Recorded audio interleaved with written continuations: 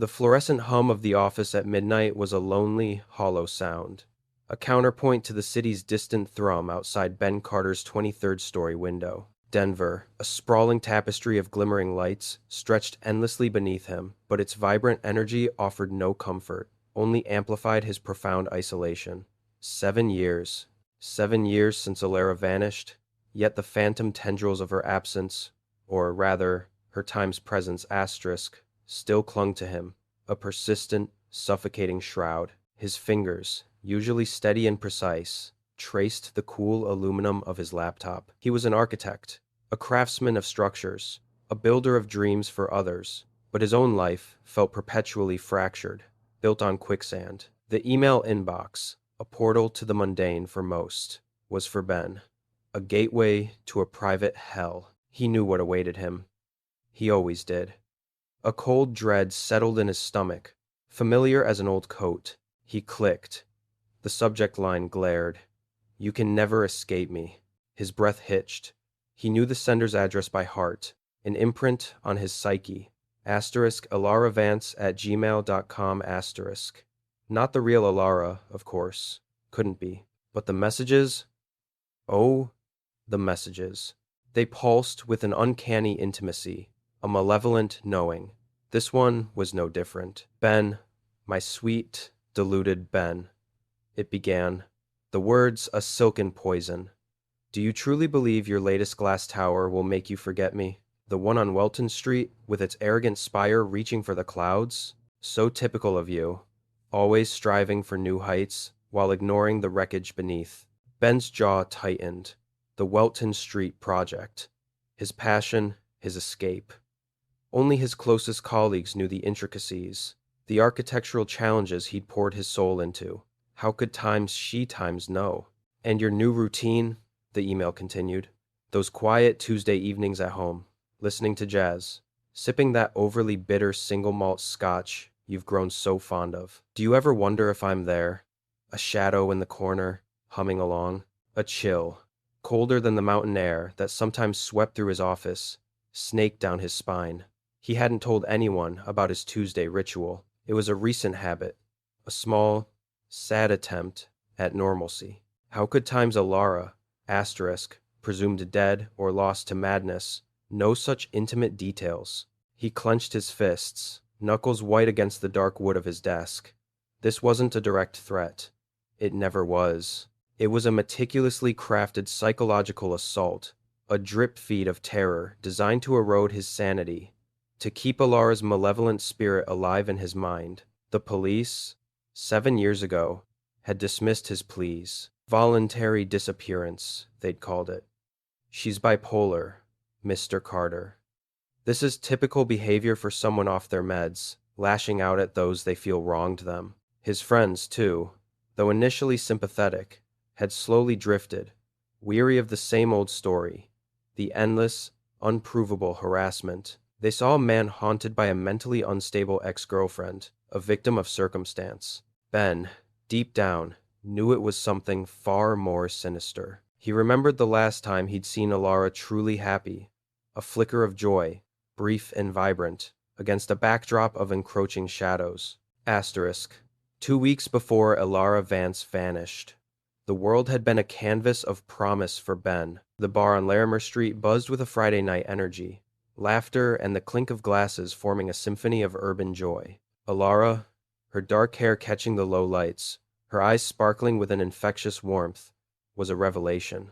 Their first date, and he already felt a connection he hadn't thought possible since his last serious relationship had fizzled out years ago. You know? Elara had leaned in, her voice a conspiratorial whisper over the music.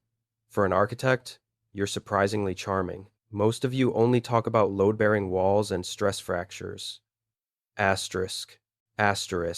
Ben had laughed. A genuine, unburdened sound. "And you, for a game developer, have an alarming knack for reading people. You'd be terrifying at poker." Asterisk. She was brilliant, creative, a single mother fiercely devoted to her son, Leo. He admired her resilience, her wit, her beautiful, expressive hands that danced when she spoke. He'd felt it, That undeniable spark, the beginning of something real, something solid, amidst the fleeting connections of modern life. Asterisk, asterisk. As they walked hand in hand toward the exit, a figure detached itself from the shadows near the bar's entrance. Ben's breath caught. Serena Thorne, his former colleague, a project manager whose intensity had always bordered on obsession, especially where Ben was concerned. Had politely but firmly rebuffed her overtures months ago, but Shed never quite faded from his periphery, her presence always a faint, unsettling hum. Asterisk. Asterisk Serena? Ben said, a forced pleasantness in his tone. Fancy meeting you here. Asterisk. Asterisk. Serena's smile was a brittle thing, stretched too thin. Her eyes, usually a cold gray, flickered over Elara, a possessive, almost predatory glint. Ben, and who is this? The question was less an inquiry, more a challenge. Asterisk. Asterisk. This is Elara, Ben said, squeezing Alara's hand reassuringly.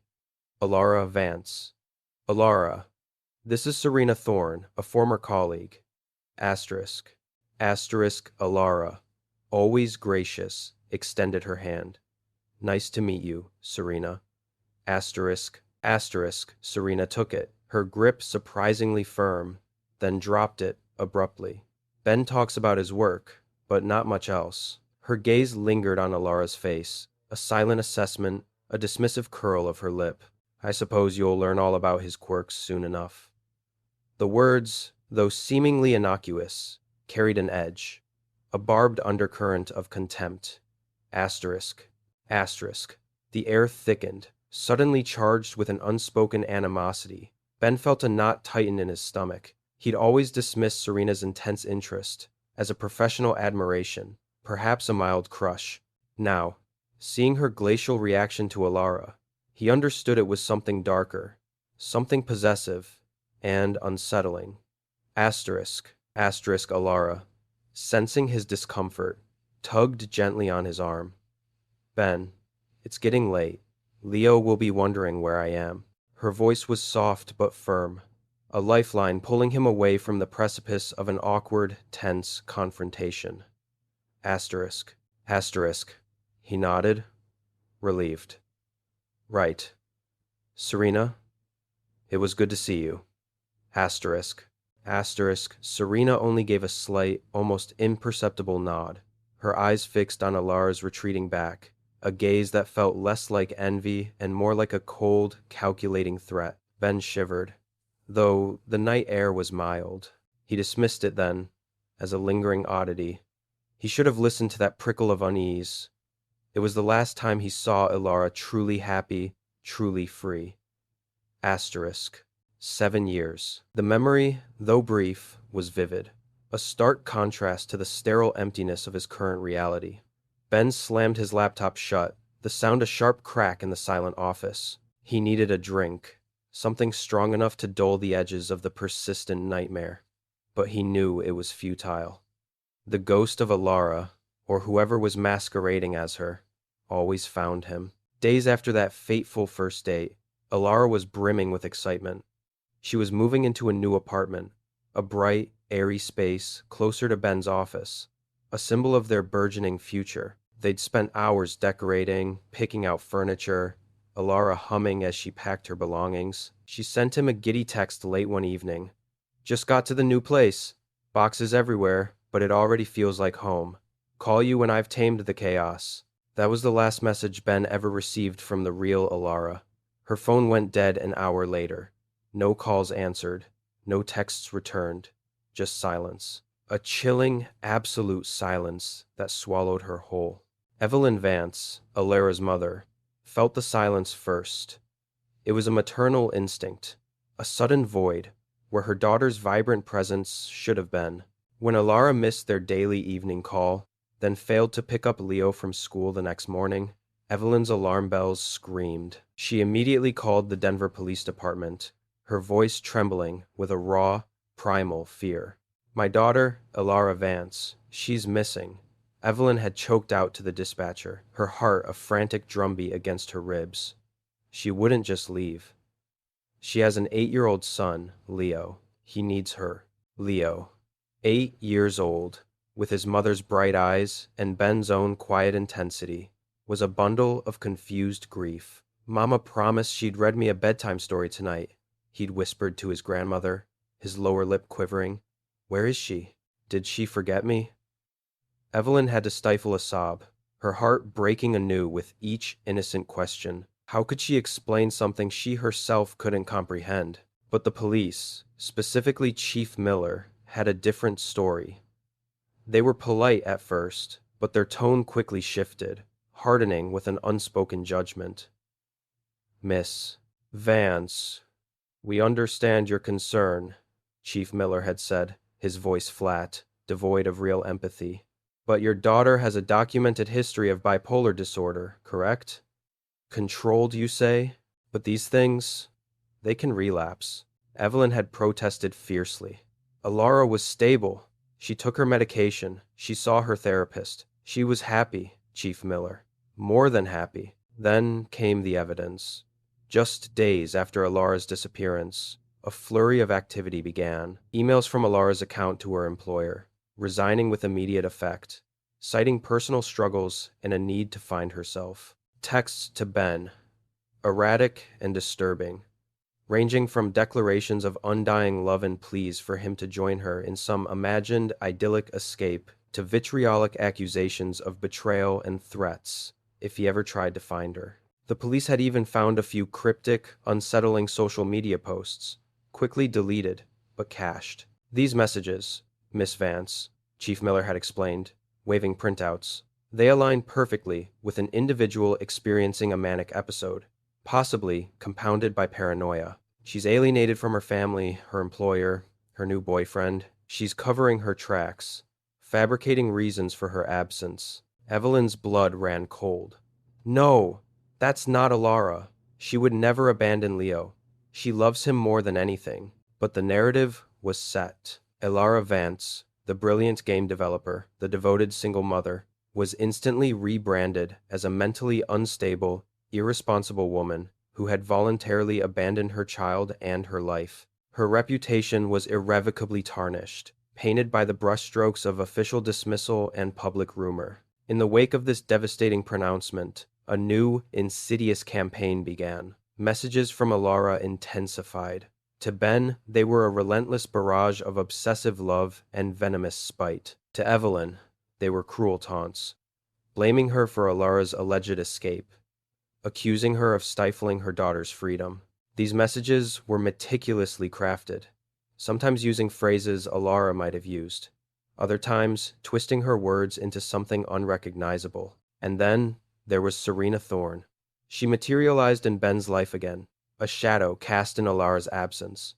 She was solicitous, offering condolences, bringing him casseroles. It's so terrible, Ben, she'd cooed, her eyes wide with a manufactured sympathy. Poor Elara, she really did seem to be struggling. I always worried about her, being so intense. She subtly, almost imperceptibly, reinforced the police's narrative, twisting every memory of Elara into proof of her instability. That creative mind, it can be a double-edged sword, can't it? Such highs, such lows. Ben, reeling from grief and confusion, clung to any perceived comfort, blind to the serpent in his garden. 7 years dissolved into a blurry expanse of pain and unanswered questions for Evelyn. The official case had long gone cold, filed away in a dusty cabinet, marked voluntary disappearance. Every door she knocked on remained shut. Every lead she chased led to a dead end, or worse, back to the same dismissive police reports. She'd spent countless hours in public libraries, learning about digital footprints, about metadata, about online harassment, trying to find an answer the authorities refused to seek. But Evelyn Vance was not one to be easily deterred. Her daughter was gone, but her mother's love, fierce and unwavering, was a flame that refused to be extinguished. Leo, now a lanky 15-year-old, still carried the quiet ache of his mother's absence. He rarely spoke of her directly, but Evelyn saw in his eyes the longing, the unspoken questions that haunted his adolescence. For him, for Elara's memory, Evelyn had to try one last time. She found herself on a gray Tuesday morning, standing outside the door of the Denver Cold Case Unit. Her hands trembled, not from fear, but from the immense weight of the binders she carried. Years of notes, printouts, timelines, her desperate attempt to make sense of the senseless. Inside, Detective Kai Evans looked up from a stack of old files, his expression weary but not unkind. He was a man etched with the grim realities of his job, lines of fatigue around his eyes, but a certain sharpness in his gaze suggested a mind still very much engaged. "Mrs. Vance," he said, indicating the chair opposite his desk. "Thank you for coming in." Evelyn sat, her back ramrod straight, and began to speak, her voice surprisingly steady despite the tremor in her heart. She laid out her evidence, the glaring inconsistencies in the harassing messages, some too vicious for Elara, others too saccharine. She pointed to the timing of Elara's account activity, strange patterns, sudden bursts of emails followed by long periods of digital silence, not matching Elara's known habits. She recounted the police's swift dismissal, how they'd used Elara's well-managed bipolar history against her. And then she spoke of Leo. "My grandson, detective." Evelyn's voice finally cracked. "He still asks about his mother. He still believes she's coming home. What kind of mentally ill woman, no matter how sick, completely erases herself from her child's life, yet continues to torment those who loved her?" Her eyes, though brimming with unshed tears, were clear and resolute. "There's a monster out there, detective, and it's wearing my daughter's face."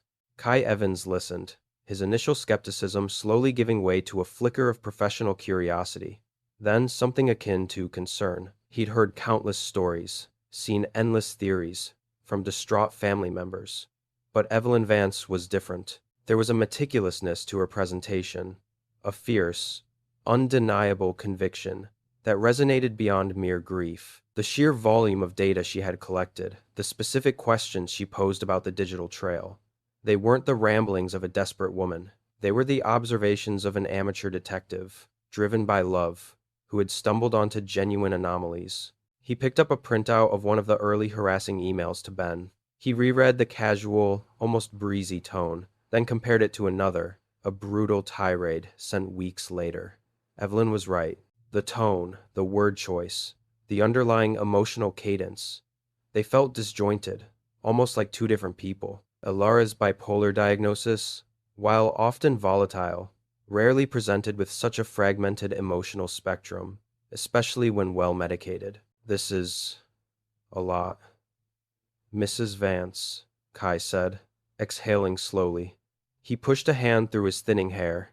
"I can't promise anything. The original investigation closed this as a voluntary disappearance, and reopening a cold case, especially one with this kind of digital complexity," he trailed off, knowing the challenges. But then he looked at Evelyn again, at the raw, unyielding pain in her eyes, at the quiet strength that had sustained her for 7 long years. He thought of Leo, growing up without a mother, burdened by a false narrative, and he thought of the insidious nature of the digital age, how easily identities could be stolen, lives erased and fabricated with a few keystrokes. "However," Kai continued, a new resolve, hardening his voice, "you've certainly raised enough questions, too many, in fact, to ignore. There are too many inconsistencies here, too many loose ends that simply don't fit the official story." He tapped the stack of printouts.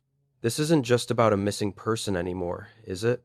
This is about something far more elaborate." He knew, with a certainty that settled deep in his gut, that this wasn't a case he could solve with conventional detective work alone. This was a war fought on a different battlefield, a digital landscape teeming with ghosts and shadows. He would need help, real help, a specialist, a thought, sharp and clear, pierced through the weariness. He knew just the person. A name formed on his lips. Dr. Lena Sato. The air in Dr. Lena Sato's digital forensics lab hummed with a quiet intensity, a symphony of whirring servers and softly glowing screens. Unlike the sterile, fluorescent world of the precinct, Lena's domain was a controlled chaos of technology. Desks were laden with an eclectic mix of hardware, Dismantled hard drives, splayed open like surgical patients, arcane cables snaking across surfaces, and multiple monitors displaying cascades of code, spectral waveforms, and forensic software interfaces. The scent of ozone and strong coffee hung faintly in the air. Detective Kai Evans, a man whose natural habitat was dimly lit interrogation rooms and crime scenes, felt a peculiar blend of awe and apprehension as he stepped into this digital sanctuary. Lena Sato herself was a study in contrasts, petite, with sharp, intelligent eyes that seemed to absorb every detail. She moved with an efficient grace, her dark hair pulled back in a no-nonsense bun. Today, she wore a practical lab coat over a vibrant, patterned blouse, a subtle rebellion against the monochrome world of law enforcement. "Detective Evans," Lena greeted, her voice calm and precise, devoid of the usual police station pleasantries. She gestured to a cleared space on a conference table, where a lone monitor stood ready. "Chief Miller called. Said you had something complex." Kai placed Evelyn Vance's binders on the table with a soft thud. "Complex doesn't quite cover it, Doctor. It's a 7-year-old cold case, initially dismissed as a voluntary disappearance. But Mrs. Vance, the victim's mother, she never gave up. And after going through her materials, I think she's on to something far more insidious." Lena's gaze, unblinking, swept over the binders. "Elara Vance, the game developer, bipolar diagnosis, abandoned her son." Her tone was neutral, professional, but Kai detected a flicker of something in her eyes, a keen observation that went beyond the surface narrative. "That's the official story," Kai confirmed, pulling up a chair. "But the harassment that followed her disappearance, the emails, the texts, Mrs. Vance insists they're inconsistent. She says her daughter would never abandon her son, Leo, who was 8 at the time." He opened the first binder, revealing a printout of an email, dated a week after Elara's disappearance, to Ben Carter. "My dearest Ben, I've found my true self in the wilderness. Join me, and we shall escape this suffocating world," Kai read, a hint of disdain in his voice. Then, a month later, this. He flipped to another page. "You betrayed me, Ben. I curse the day I ever met you. You'll never be free of my shadow." Lena leaned closer, her eyes scanning the two messages. Her fingers, long and slender, hovered over the text, as if feeling the subtle vibrations of the words. "The sentiment is wildly divergent, yes, but that's not uncommon in cases involving mental illness, or even intense emotional distress." She paused, then tilted her head slightly. "However, the syntactical structure and the punctuation. Notice the almost theatrical flourish in the first, the exaggerated ellipses. And the second, while vitriolic, is surprisingly grammatically correct, almost clinical in its condemnation. The vocabulary, too, shifts slightly." Kai felt a surge of professional admiration. He'd noticed the times feeling times of inconsistency, but Lena was dissecting it with surgical precision. "So, you see it?" "I see. A pattern trying very hard to times, not times, be a pattern," Lena mused, her eyes narrowing. "It's too perfect in its imperfection." The abrupt shifts, the exaggerated emotional swings, designed to reinforce a specific narrative, that of an unstable individual off their medication. But genuine dispatches from a fractured mind often possess a more organic chaos, a consistency in their inconsistency, if you will. This feels manufactured, like someone times acting times out an illness, rather than experiencing it. She looked up, meeting Kai's gaze. "You brought me thousands of emails, texts, social media posts, all attributed to Elara Vance over 7 years. A virtual identity, constructed and maintained." "I've seen this before, Detective. It's called identity manipulation, often for financial gain. But to sustain it for this long, simply to torment, that speaks to a level of obsession that's truly chilling." Kai nodded. "Mrs. Vance believes someone stole Elara's identity, then orchestrated her disappearance to frame her as mentally ill and get rid of her." "And who might benefit from such a prolonged, elaborate deception?" Lena asked, already booting up her main workstation. Ben Carter's former colleague, Serena Thorne, immediately comes to mind. She had an unusual fixation on Ben, and was clearly jealous of Elara. Kai recounted the brief, tense encounter Ben had described from their first date. Lena nodded slowly, her fingers flying across the keyboard, already establishing secure connections to various databases. Very well. Let's start at the beginning. I'll need access to all available devices belonging to Elara Vance and Ben Carter. Any old laptops, tablets, phones, anything that might hold a trace, even if they're years old and thought to be wiped. And I'll need court orders for full data requests from all relevant internet service providers and cellular carriers covering Elara and Ben's accounts for the past 7 years. Mrs. Vance kept Elara's old laptop and an unused tablet from her previous apartment. They're boxed up in evidence. Ben's given us full access to his devices and cloud storage, Kai stated. The court orders are already being processed. We move fast on those. Excellent, Lena replied, a faint smile playing on her lips. Then let the digging begin. The following weeks were a blur of concentrated effort for Lena Sato. Her lab transformed into a veritable data mine, its screens now a kaleidoscope of IP addresses, server logs, encrypted messages, and metadata timestamps. She worked with an almost monastic dedication, fueled by lukewarm coffee and an unwavering focus. Kai Evans, though less involved in the granular details, remained a constant presence, absorbing Lena's explanations and providing the traditional investigative context. Lena began by meticulously dissecting every digital artifact tied to Elara Vance. The old laptop yielded little beyond daily usage patterns from before Elara's disappearance, confirming her routine and professional capabilities. The real treasure, however, came from the internet service provider records and the thousands of harassment emails and texts. Look here, detective. Lena pointed to a series of vibrant nodes on one of her larger displays, a visual representation of IP addresses and their geographical origins.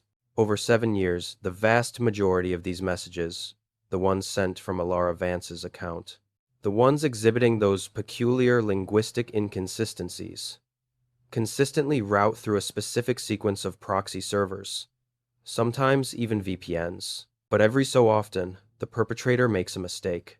A momentary lapse, perhaps due to a software glitch or a simple rush. She zoomed in, highlighting a cluster of distinct IP addresses. These are direct, unmasked connections. And what do they show? Her finger tapped the screen. A residential IP address in Denver. And not just one or two. Hundreds over 7 years. The consistency is remarkable. Kai leaned in, his eyes scanning the details. And this address belongs to Serena Thorne, Lena stated, her voice flat, devoid of triumph. The former colleague Ben Carter mentioned, the one with the unusual fixation. A cold knot tightened in Kai's stomach. That's significant, Doctor. Extremely significant. It gets better, Lena continued, her eyes alight with the thrill of discovery. Remember that old tablet from Elara's previous apartment? The one Mrs. Vance kept, hoping it might hold answers? Kai nodded, recalling the dusty, long unused device. Yes, we sent it to the forensics lab for physical analysis, but they said it was wiped clean. No usable data. Digitally, perhaps, Lena conceded, but not physically. My team did a latent print analysis on it. We found a partial fingerprint on the screen, near the power button, just above where the protective case would have been. A print that didn't belong to Elara or her son. It was incredibly faint, likely deposited there when the device was handled briefly, perhaps before being placed in the box. Kai held his breath. And the match? Serena Thorne, Lena announced, pushing a document across the table. A clean, official printout from the state's forensic database. A match to a fingerprint taken during a routine background check for a government contract she bid on several years ago. It seems Serena Thorne, at some point, handled Elara Vance's tablet after Elara had moved out, and before Evelyn Vance packed it away. The pieces were beginning to fall into place, forming a chilling mosaic. The IP addresses, the fingerprint, they were no longer just anomalies. They were a direct link. Serena Thorne wasn't just an obsessed former colleague. She was the architect of Elara's digital haunting. Just as the significance of these discoveries was settling, a new, bizarre development emerged. An anonymous email, sent to the Denver Police Department's General Inquiries address, titled Confession of a Sinner. Kai and Lena read it together, their faces grim. The email, riddled with self-pity and vague spiritual justifications, purported to be from a distraught individual claiming responsibility for Elara Vance's death. The writer detailed Elara's alleged struggles, her inner demons, and ended with a plea for understanding. A false flag operation, Kai muttered.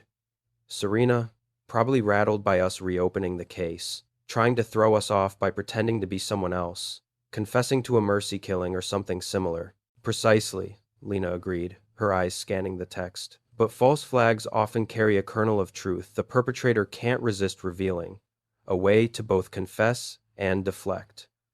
She paused, her finger tracing a specific sentence, and the stars on her ankle, those beautiful fragile stars, now scattered to the dust, just like her spirit. Kai furrowed his brow. The stars? What's that mean? Elara had a very distinctive tattoo, Lena replied, her voice hushed. A small, intricate constellation of Orion on her left ankle. It was a private design she'd created with Leo, her son. He drew the initial sketch for her birthday. Very few people knew about it. Kai's mind flashed back to Evelyn's tearful plea, to Leo's quiet grief. Only her son knew that detail for sure, and maybe Ben, if she showed it to him? Most likely, Lena confirmed. It wasn't something she openly displayed. It was a personal symbol of her bond with Leo. Suddenly, the vague confession email wasn't so vague. The perpetrator knew about the Orion tattoo, and that meant the perpetrator was Serena Thorne. Kai immediately called Ben Carter, arranging an urgent meeting at the precinct. Ben arrived, looking haggard, the years of torment etched into his face.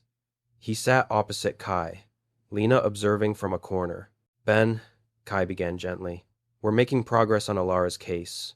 We have some new information, but we need your help to verify a small detail. He described the tattoo. Did Elara ever mention or show you a tattoo of the Orion constellation on her ankle? Ben frowned, thinking hard. The constellation? Orion. Yes, she did. Early on, before she disappeared.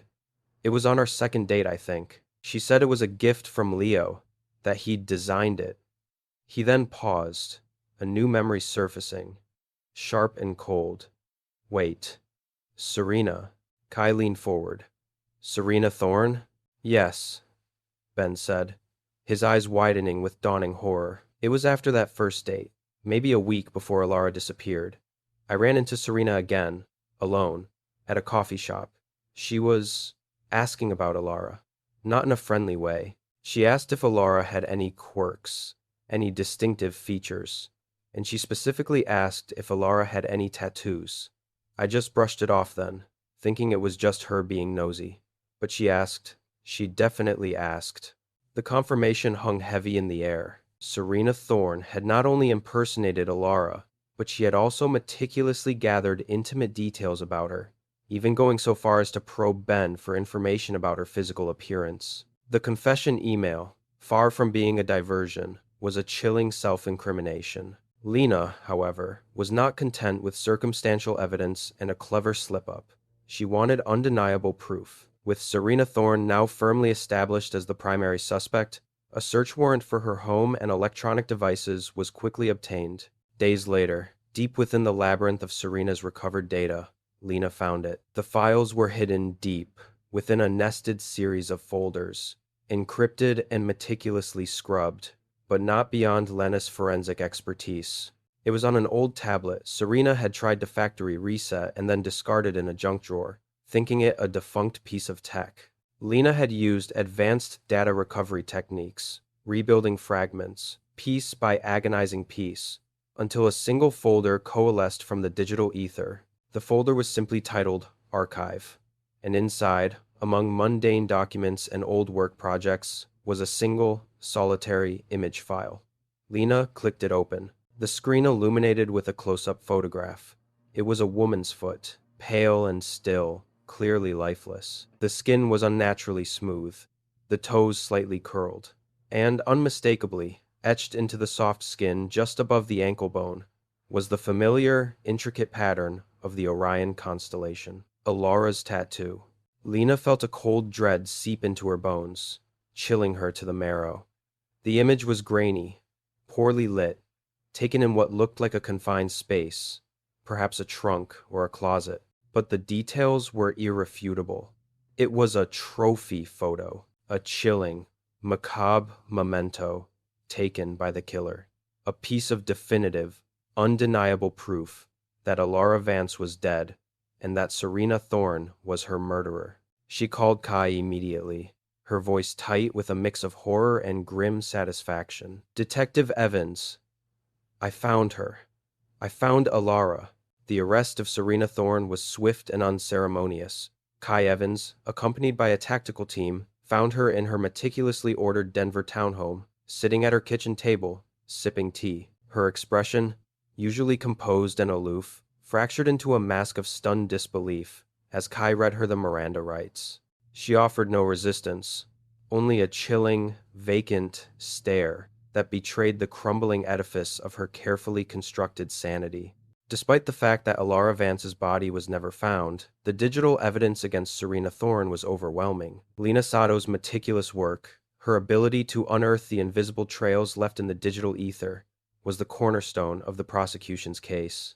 The IP addresses linking the harassment emails to Serena's home, the fingerprint on Elara's old tablet, the subtle linguistic analysis proving the Elara persona was a fabrication, Ben Carter's testimony about Serena's probing questions regarding Elara's tattoos, and finally, the gruesome trophy photo of Elara's tattooed foot, all painted an irrefutable picture of premeditated murder and a chilling 7-year campaign of deception. In the packed courtroom, Lena Sato, calm and articulate, presented her findings. Her testimony, clear and unshakable, transformed abstract data into concrete proof of a life stolen and a legacy tarnished. Serena Thorne, a figure of icy composure throughout the initial proceedings, visibly crumbled under the weight of the digital onslaught. Her carefully crafted facade of victimhood and empathy evaporated, revealing the chilling depths of her obsession and malice. She was found guilty of first-degree murder and sentenced to life in prison. The verdict, though it could never bring Elara back, finally brought a measure of peace to those who had mourned her. Elara Vance's name was cleared. She was no longer remembered as a mentally unstable woman who abandoned her child, but as the vibrant, talented individual she truly was, a victim of a monstrous act. Leo Vance, now a lanky 15-year-old, his mother's bright eyes still shining with a quiet determination, stood taller. The false narrative that had haunted his childhood was finally dispelled. He spoke openly about his mother, about her creativity, her passion for game development. He announced his intention to follow in her footsteps, to design worlds, to build dreams, inspired by the memory of the woman who had loved him fiercely. Evelyn Vance, her hair now streaked with more silver, finally allowed herself to truly grieve, unburdened by the relentless fight for her daughter's reputation. The hollow ache of loss would always remain, but it was now tempered by the quiet satisfaction of justice. She saw Elara in Leo's developing talents, in the way he described his fantastical game ideas, and found a bittersweet comfort. Ben Carter, though forever scarred by the years of torment and the profound loss of Elara, could finally begin the slow, arduous process of healing. The phantom emails ceased. The malevolent presence that had haunted his digital life vanished. He found himself in quiet moments, not reliving the terror, but remembering Elara's laugh, her brilliant mind, the warmth of her hand in his.